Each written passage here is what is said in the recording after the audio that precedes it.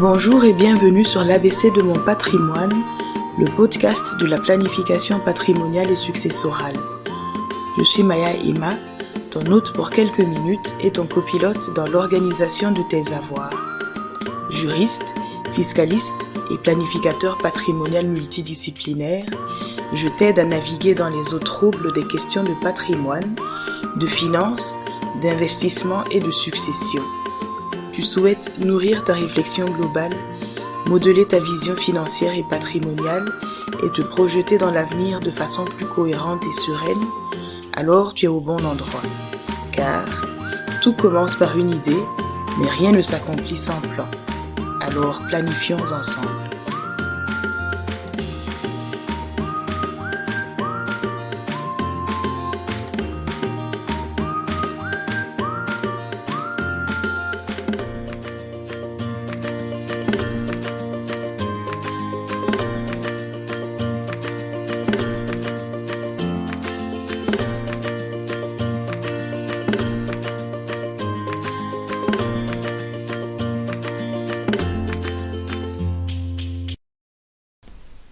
L'histoire que tu vas entendre est un cas réel issu de ma pratique professionnelle. Les prénoms et les lieux ont toutefois été modifiés et les circonstances rendues suffisamment imprécises et impersonnelles afin de protéger l'anonymat des concernés et maintenir le secret professionnel. Tous les événements décrits se sont réellement produits, bien qu'à l'occasion, l'auteur que je suis a pris certaines libertés parce que cela ressort de son droit à la création et à la libre imagination productive. C'est l'histoire de Soline, une dame d'une quarantaine d'années, active dans le secteur médical. Soline est une personne pétillante et dynamique qui aime aider les autres.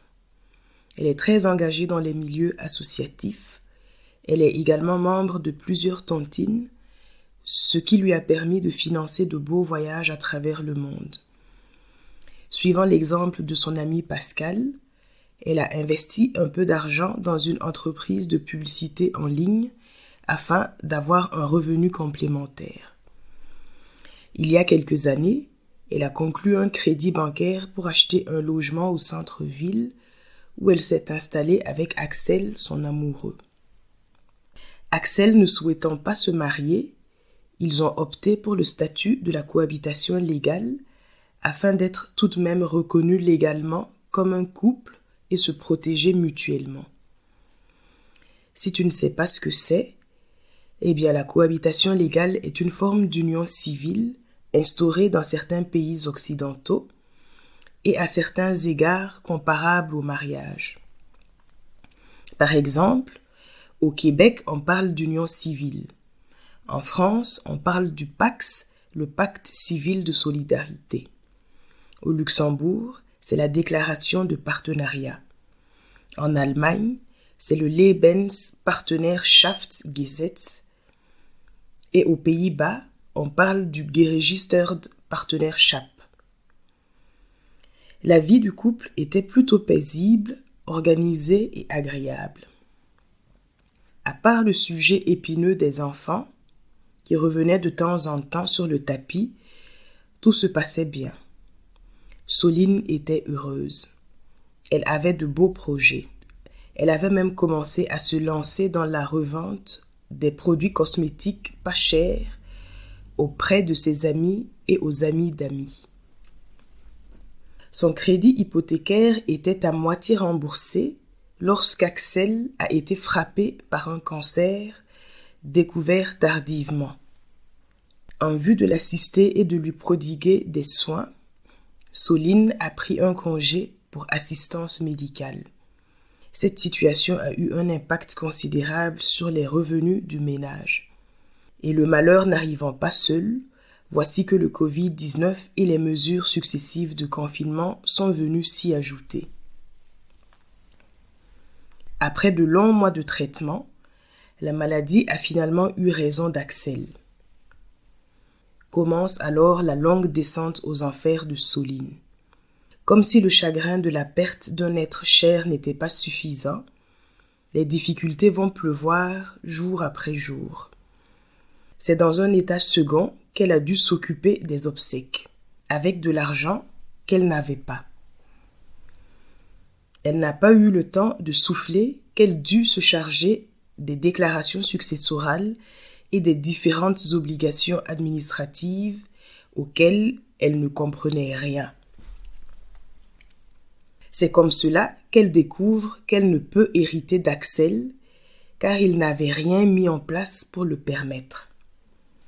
Pire, comme c'est Axel qui gérait tout et qu'elle lui faisait légitimement confiance, elle ne s'était pas rendue compte de l'accumulation de dettes, retard de paiement et procédures de saisie sur sa tête. En effet, Axel ne payait pas régulièrement les frais qui lui incombaient. Ainsi, entre autres, les charges de la copropriété n'ont plus été payées depuis des années, de même que les impôts et certaines assurances. 1 an avant la maladie, Axel a décidé de renouveler les meubles du salon et des 2 chambres pour tout remettre au goût du jour. Le crédit de cet achat a été souscrit au seul nom de Soline, qui avait certaines facilités avec sa banque. Or, il y avait déjà le crédit pour rénovation qui était en cours. Chaque jour, arrive du courrier venant de banques, d'hôpitaux, d'abonnements divers, d'huissiers, du fisc, etc., portant mise en demeure, commandement de payer, rappel de paiement et autres. Soline découvre aussi des impayés de loyer de garage et box loués par Axel pour y stocker des affaires. Comme elle n'en a jamais eu besoin, elle ne connaissait pas les accès bancaires de son homme, ni de ses réseaux sociaux d'ailleurs. Bref, à la date d'aujourd'hui, son appartement a été saisi et vendu pour rembourser les dettes et elle peine à se reloger. Son épargne personnelle a fondu comme neige au soleil. Ses meubles, achetés si chèrement, sont stockés de gauche à droite chez des amis. Elle souhaite entamer une procédure contre la succession d'Axel dans l'espoir de partager les dettes. Mais cela est rendu plus compliqué par la renonciation successorale de la famille d'Axel, qui ne collabore pas du tout avec elle dans cette situation. Il y a par ailleurs de nombreuses autres difficultés, comme celle de payer ses conseillers, celle de faire la preuve de certains montants et dettes, de savoir si une procédure contre la succession d'Axel vaut la peine d'être entamée dans la mesure où elle ne connaît ni les sommes encore disponibles sur les comptes d'Axel, ni la teneur concrète de son patrimoine personnel. Et le fisc ne la lâche pas à cause du mécanisme de la responsabilité solidaire des dettes fiscales. Soline, ça pourrait être toi. Oui, toi. Cette situation peut en effet arriver à n'importe qui. Jeune, moins jeune, vieux, homme, femme, marié ou non.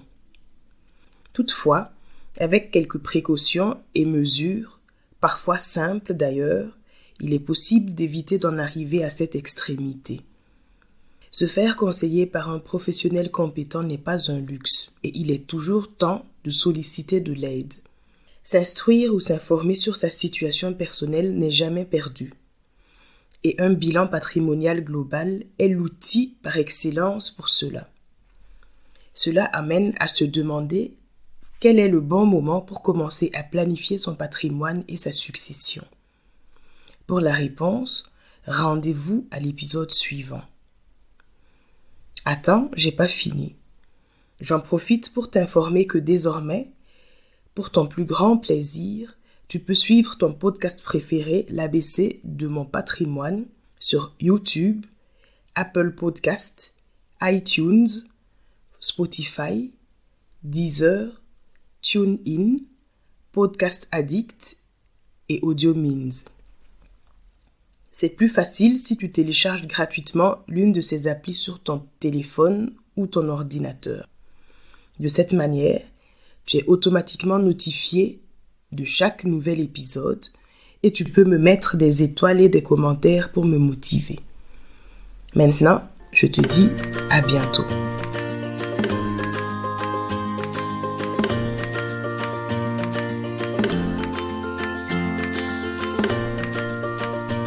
Ça y est, cet épisode sur la planification patrimoniale et successorale touche à sa fin.